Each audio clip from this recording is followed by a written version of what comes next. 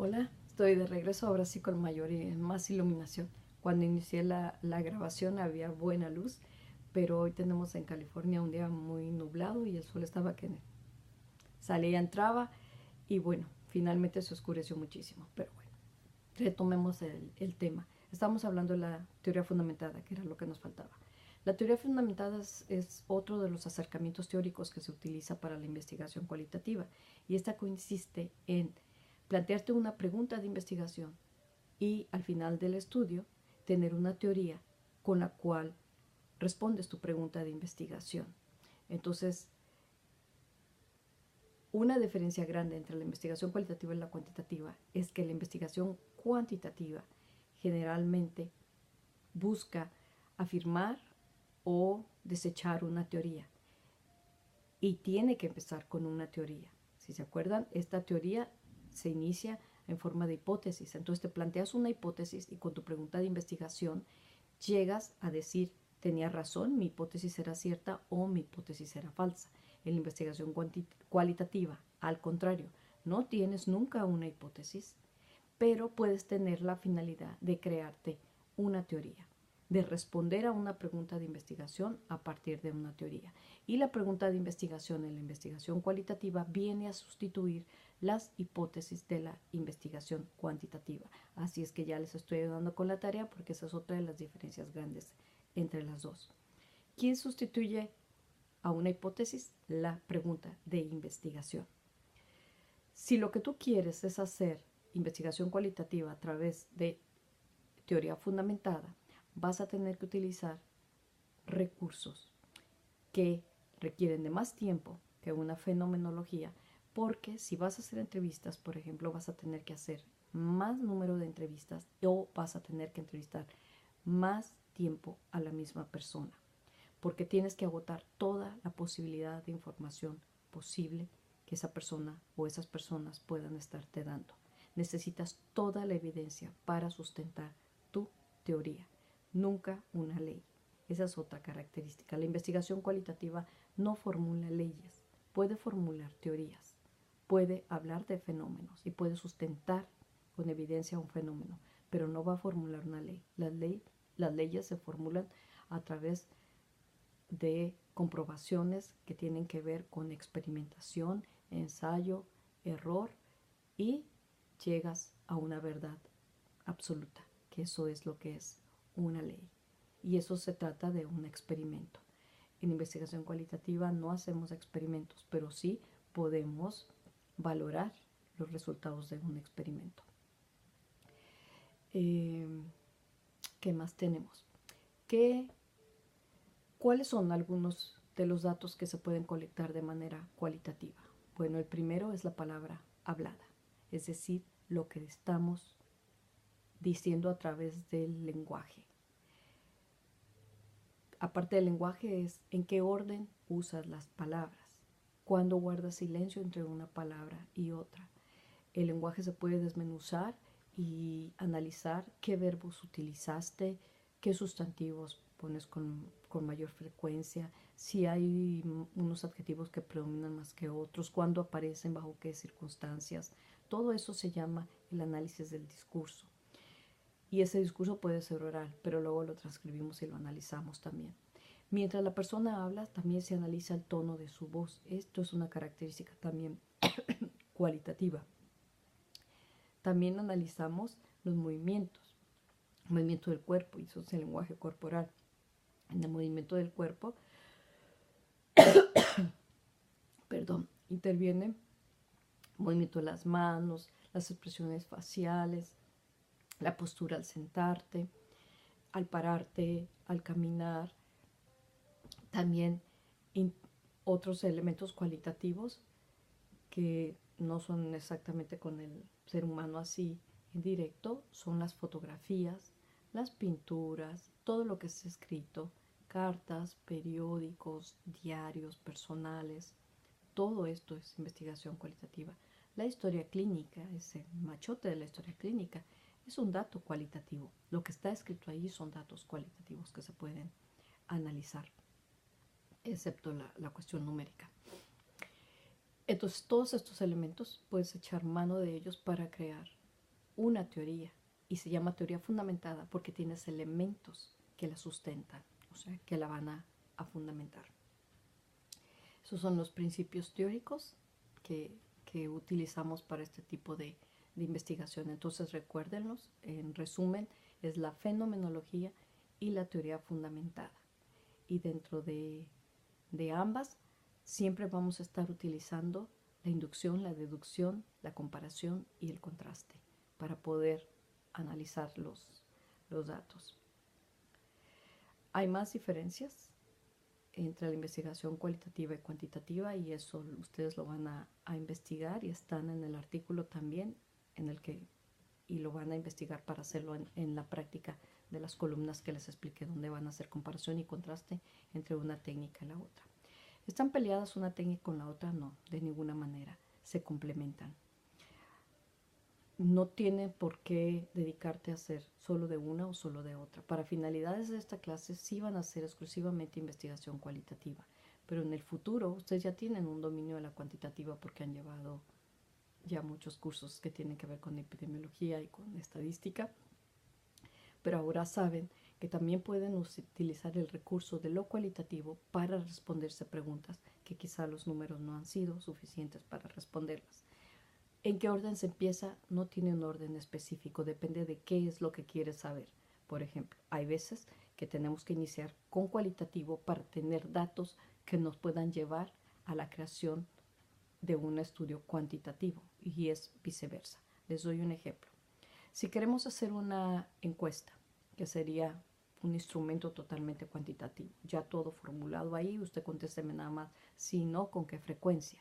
Pero no estoy segura de qué tipo de pregunta debo de hacer.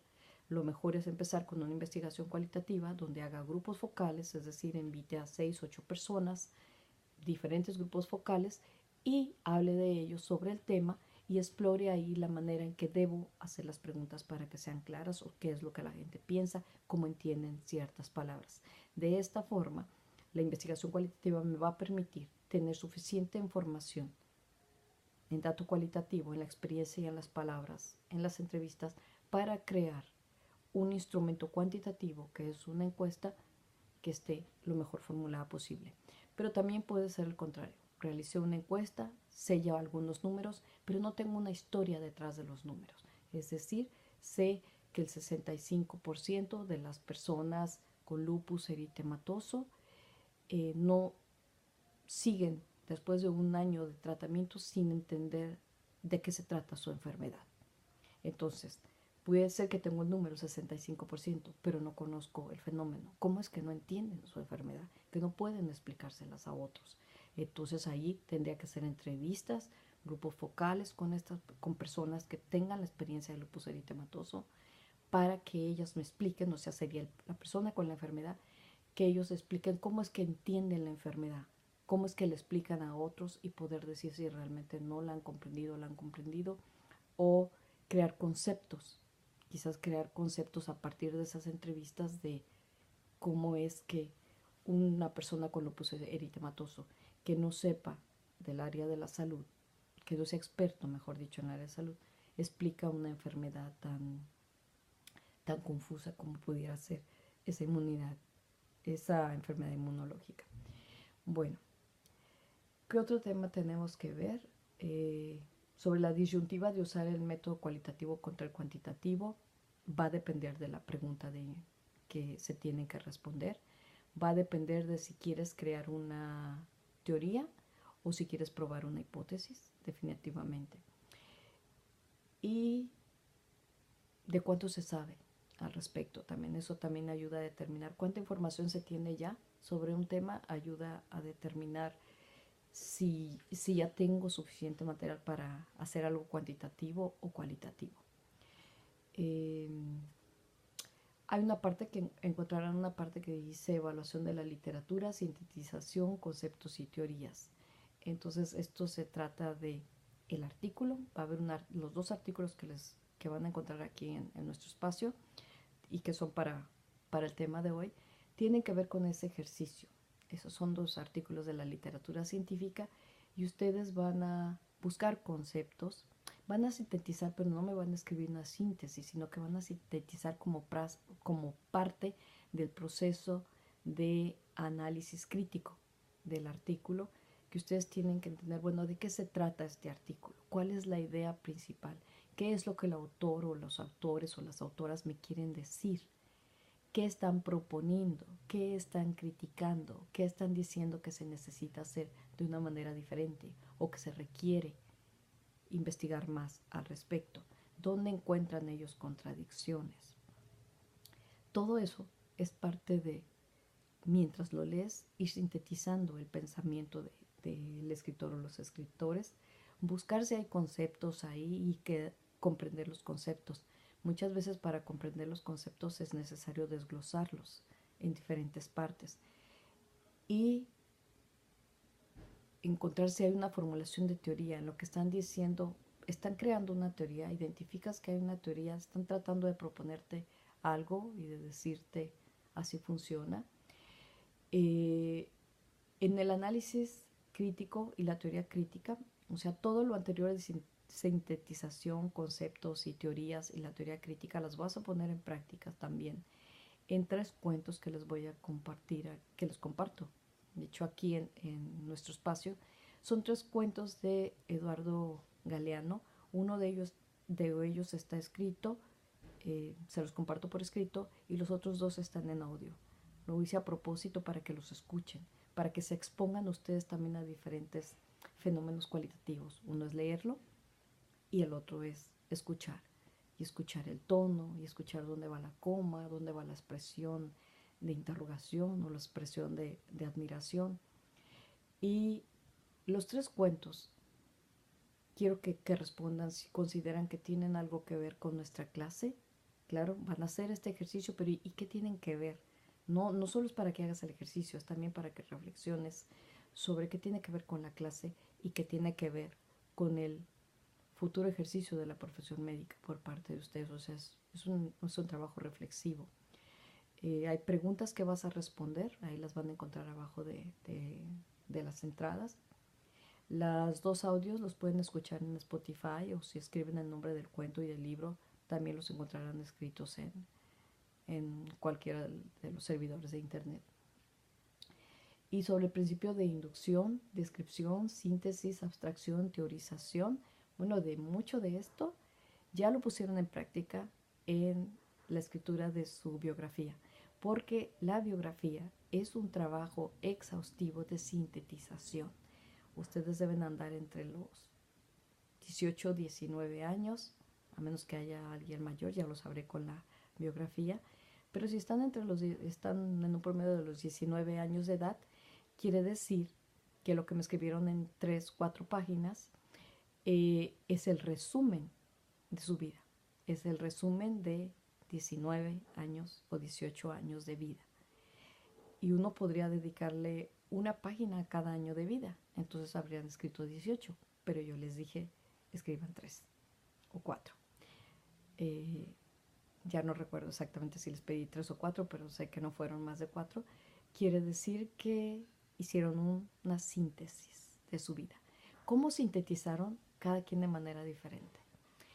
Se supone que debieron haber sintetizado por los eventos más importantes. O sea, ¿qué fue importante en mi vida? Debieron haber pensado, escribir un mini resumen de cada uno de esos eventos y luego después decir, a ver, este sí, este no, priorizar, acomodar, ordenar.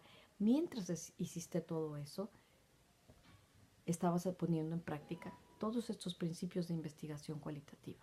Quiere decir que ya sabes hacer algo de investigación cualitativa, solo que no podías saber que lo estabas haciendo así con esos nombres. No sabías que estabas haciendo una abstracción. Estabas abstrayendo ya, sacando las partes más importantes de esos 18 años de vida.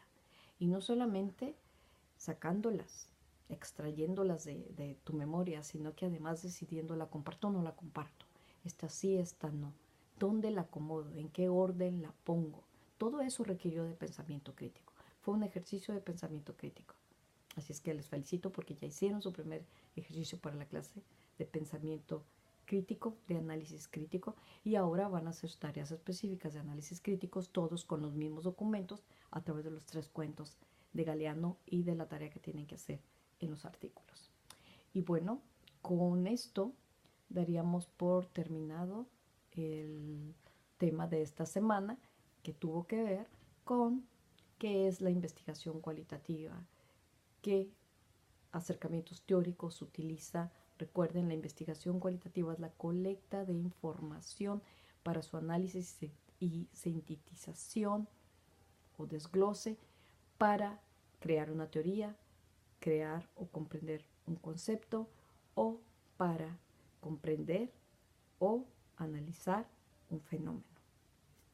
¿Cuáles son los elementos de la investigación cualitativa que se utilizan para describir un fenómeno, para crear conceptos o para formularnos teoría fundamentada? Los elementos son escritos, que pueden ser cartas, diarios, libros, archivos, material artístico, pinturas, fotografías, teatro, expresiones, lenguaje corporal, lenguaje oral.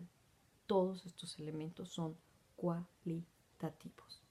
Muy bien, entonces nos vemos hasta la próxima clase, y cualquier duda al respecto, si es sobre el material que hablamos en el video, pónganlo aquí, escríbanlo bajo cada una de las entradas, y si son sobre la tarea, pónganlo también bajo la tarea. Muchas gracias y que tengan un muy buen fin de semana. Adiós.